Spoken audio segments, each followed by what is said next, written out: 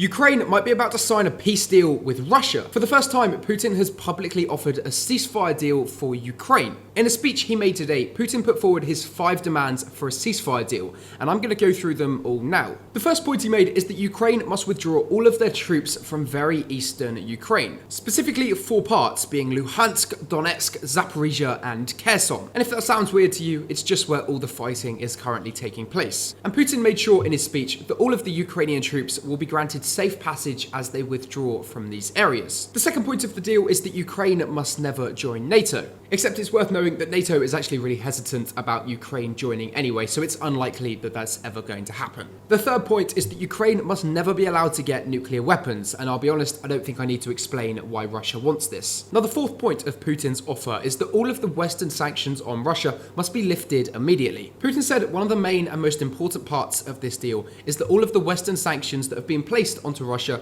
must be lifted as soon as the deal is put in place. And the final part is that all of this Ukrainian occupied territory must remain Russia forever. The deal must guarantee that Russia keeps control of Crimea along with the other 4 regions I mentioned earlier in the first point. Now, Ukraine, NATO and the West have each offered statements in response to this offer by Putin. I'll get to Ukraine's statement in a moment, but the NATO Secretary General made a very strong argument against this. He seemed really aggressive and angry in his speech, and he said that Russia should be the ones withdrawing and not Ukraine. Now, it appears that the West and NATO are saying this because they believe that Ukraine are the ones that are actually winning, and they believe that Ukraine can defeat Russia still. However, this deal is being presented by Russia as though Russia are the ones winning and Ukraine are the ones losing. In Russia's eyes, they're presenting this deal as though it's a way for Ukraine to get out, and they're offering Ukraine the chance to surrender, to save troops and stop Ukrainian troops from being killed. However, the West and NATO believe the opposite, that Ukraine is winning and that Ukraine can win this war. So that's why they're saying that Russia should be the ones withdrawing,